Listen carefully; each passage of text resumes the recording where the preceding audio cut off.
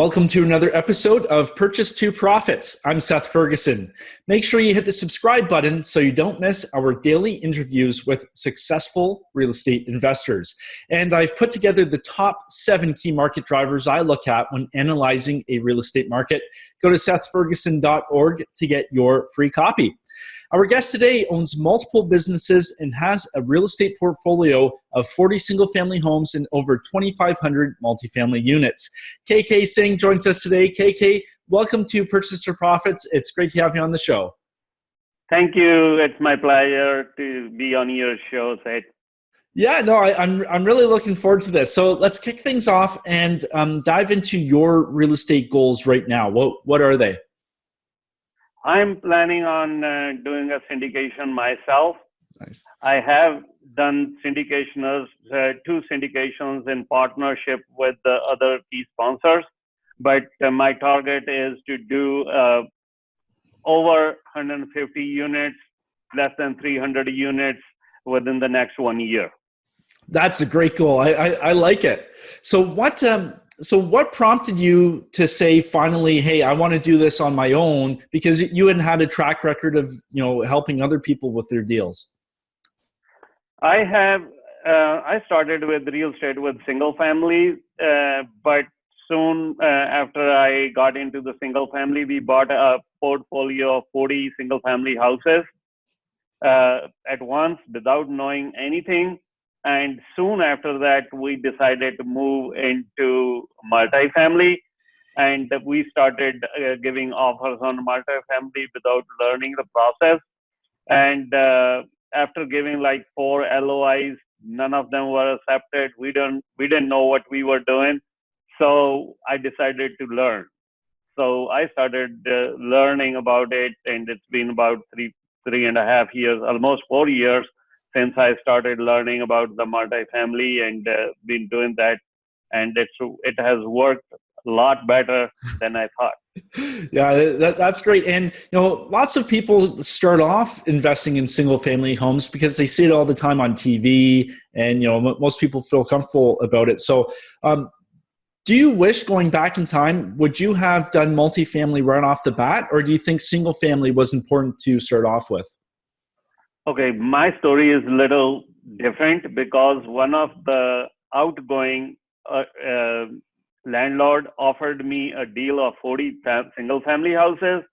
I didn't know what real estate business is all about. I never thought of being a landlord, but the deal was good. He gave us a good deal, and the numbers look good. And so we compared it to the gas stations, because I have been in the gas station business for 20 years. Yeah. So we compared the numbers to the gas station business, and I thought, okay, let's give it a shot and see.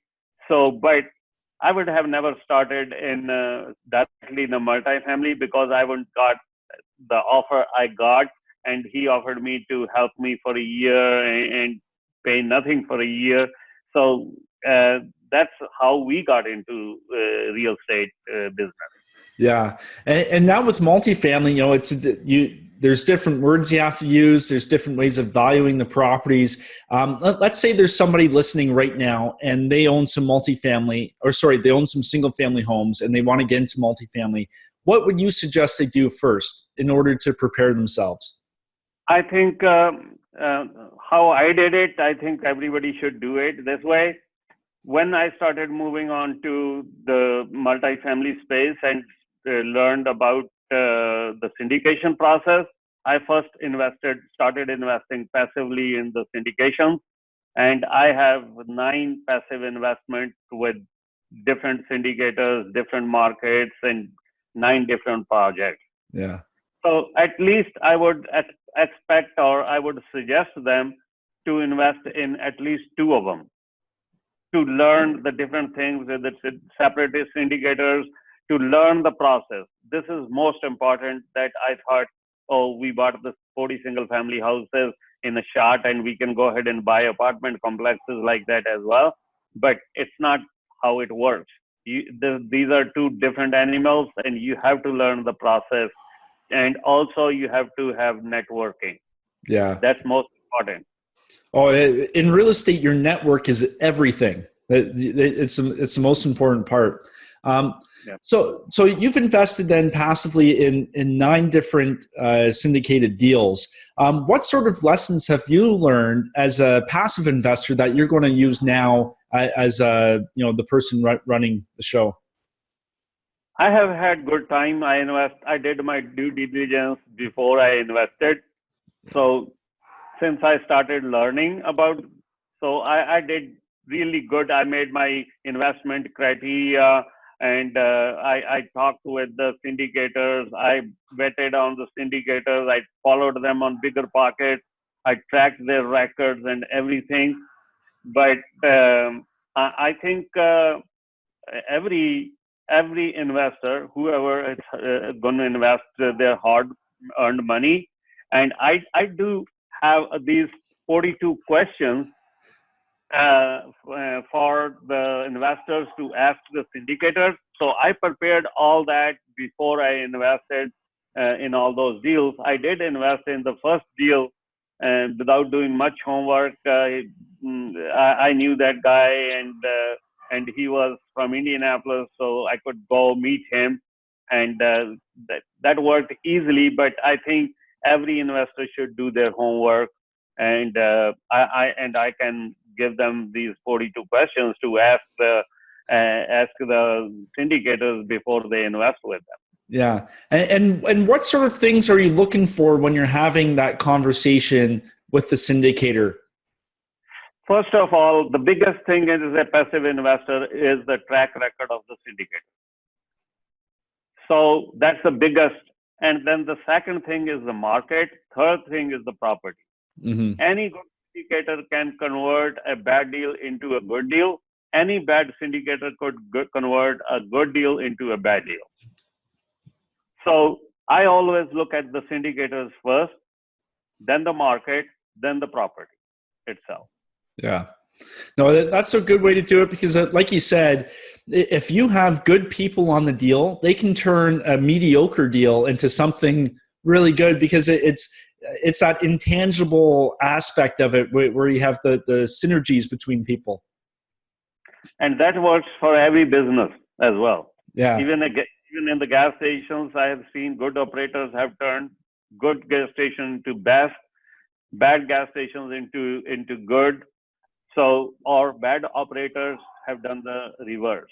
Yeah. So they have bought, and we bought one of the gas stations which was doing great, and I always wanted to buy that, but somebody else went ahead and bought it, and he ruined all the business, and we had to start from scratch again. And he sold us like 300,000 cheaper than what he bought, 370,000 cheaper than what he bought. Yeah. Yeah. No, so it depends on every business. Yeah. And so, you have a pretty interesting outlook on this because you own businesses and you also own real estate. So, do you feel it's important for somebody in their portfolio to have businesses and real estate, or would you suggest, knowing what you know, just to focus on one or the other? How would you approach it? I think not necessarily. If somebody is starting young, I don't expect them to start with the business for sure, but we never thought of going into the real estate business. We bought gas station every year. We built a gas station, and then we built a laundromat, and we never thought of getting into this business. But I don't think it's necessary to have a business, but the way we did it, because we had cash flow from the gas station, and we invested that in the real estate, and we bought 40 single families in one shot. They don't have to buy 40; they can buy 2, 4, 6, 10. Yeah, absolutely. And what sort of advantages do you see in multifamily over single family? A lot. The biggest is scalability. Everything is under one roof. And if you own a single family, you could own in a whole county, in a whole town. And there are several different roofs. And also, you can have professional management. And there are a lot benefits, the agency loans, all the tenants under one roof, and you can have other amenities for them. So single family is not something that I would recommend if somebody wants to do big, go big, because that can hold you back. Because once you're stuck in the single family, you might stuck it for a while before you can get out of there and get into the multifamily. If somebody has interest in a multifamily, I would say go straight to the multifamily. Yeah, no, that's good advice. And I know for myself, when I first started investing, I did the single families because I didn't know the multifamily space was out there. I just wasn't educated. So, Yep. yeah. Yep. Um, And I always suggest my students as well to go bigger, even if because I have multifamily students. So I always tell them to go bigger rather than 2 unit or 4 unit or 10 unit. Partner with some like-minded person and go bigger. The bigger is better than small units. yeah, and lots of guests on the show say they would rather do $100 million deal than a $20 million deal because it's easier to do the bigger numbers. It is. It is easier because you can partner with different people, and syndication is a great process. Even if you don't have net worth or liquidity, you can have somebody on the team that has liquidity, and if you don't have an underwriting experience, you can have somebody on the team to do the underwriting, etc. for you. If you don't have somebody on the asset management team, you can hire an asset manager. So this is a teamwork. Syndication is a really good process. I like you can partner with like-minded, and everybody doesn't have good skills for everything. I could be a good underwriter. I could not be a good operator. If somebody is a good operator, cannot be he may not have net worth or something. So you can partner with other people and still buy the same asset. Yeah. And have you developed any routines or rituals that have helped make you successful? I did. I did. I attended Rod Cleve's boot camp, and he had a 90-day action plan. And I went through, did each and everything of it. And that helped me a lot. And I follow it daily. I have a daily journal. I have a weekly journal. And also I have my goals, written goals, and well specified, and I have a plan to follow those goals and to meet those goals. So I have a plan behind them. A lot of people have goals. And it's the same with my students. Sometimes they write me the goals, but they don't have a plan. So if you want to go, let's say from Fort Wayne to Indianapolis, you have to have a plan. You're going to go in a car, you're going to go in an aeroplane, or you're going to go by road, or whatever you're going to do. So you should have a plan. A lot of people I hear, oh, they have a plan, they have a written plan, but they have the goals, but they don't have a plan. Yeah. And so for yourself, when you're setting a new goal and you're coming up with a plan, what's your process in developing something that makes sense? I use Evernote a lot. Mm-hmm. I'm an Evernote consultant as well, and I've been using it since 2012. And I write all my goals, and then I specify them and meet them as we go. I don't wait until the last time, the day, to complete my goal. And for example, for the year 2009, I have already completed my goals. I have already done with the goals, and it's half of the year.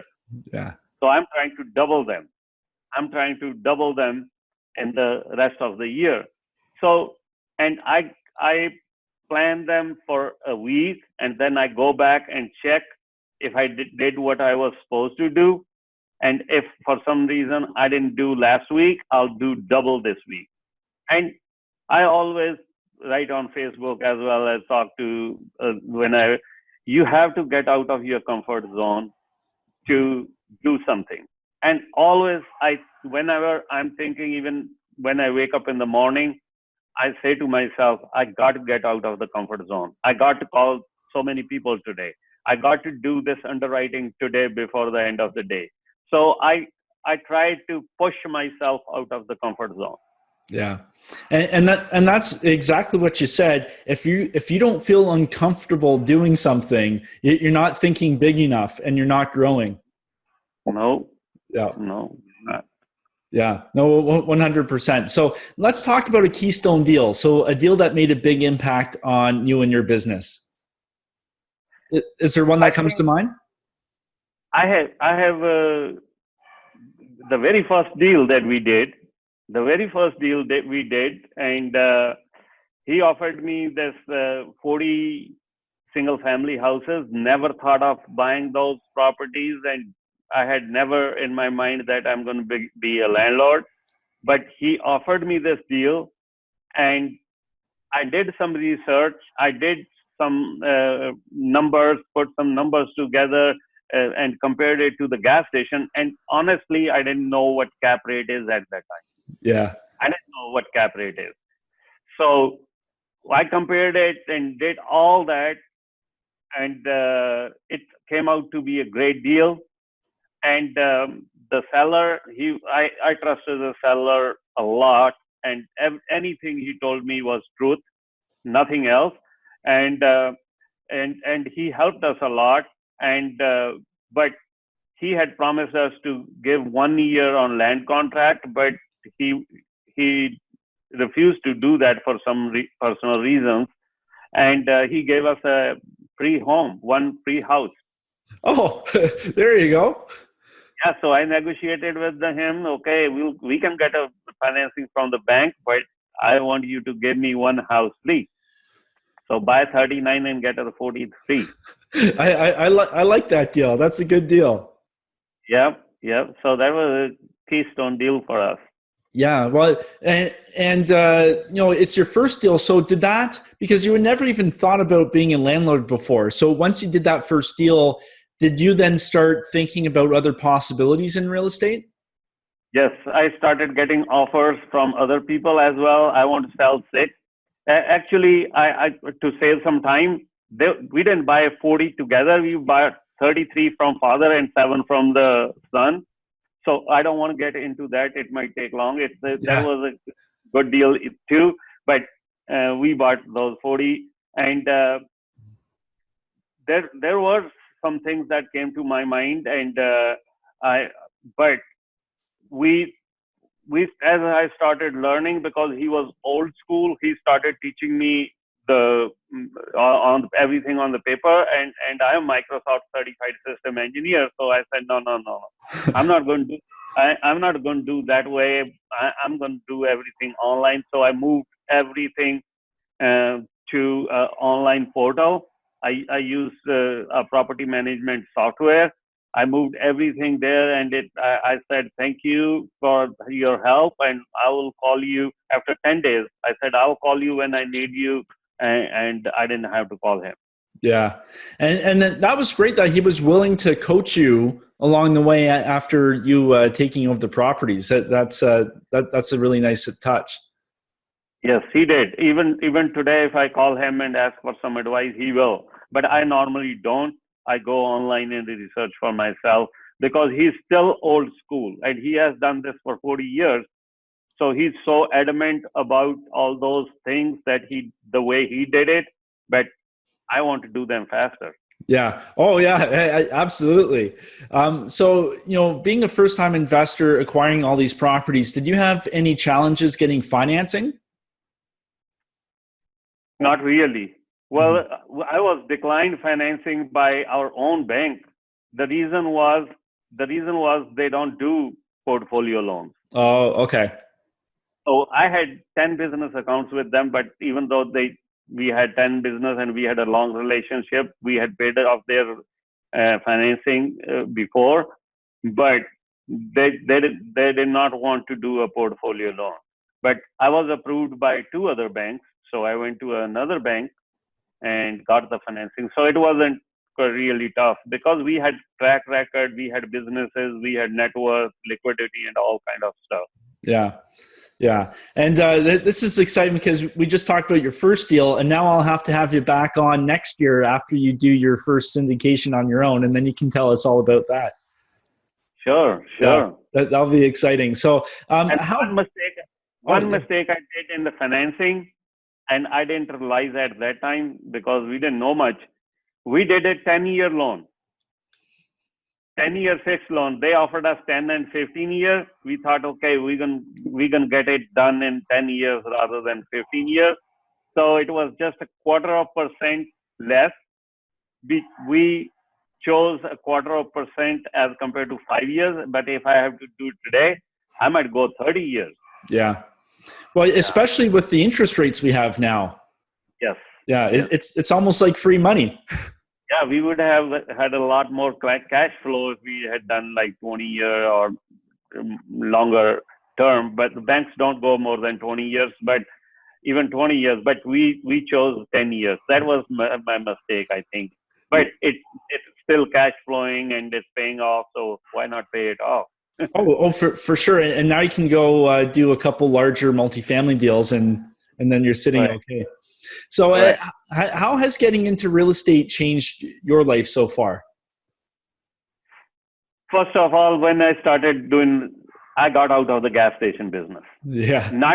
I didn't sell or anything. I still own all those gas stations, but I had my daughter, my son-in-law do whatever I was doing. I was managing two gas station and a laundromat.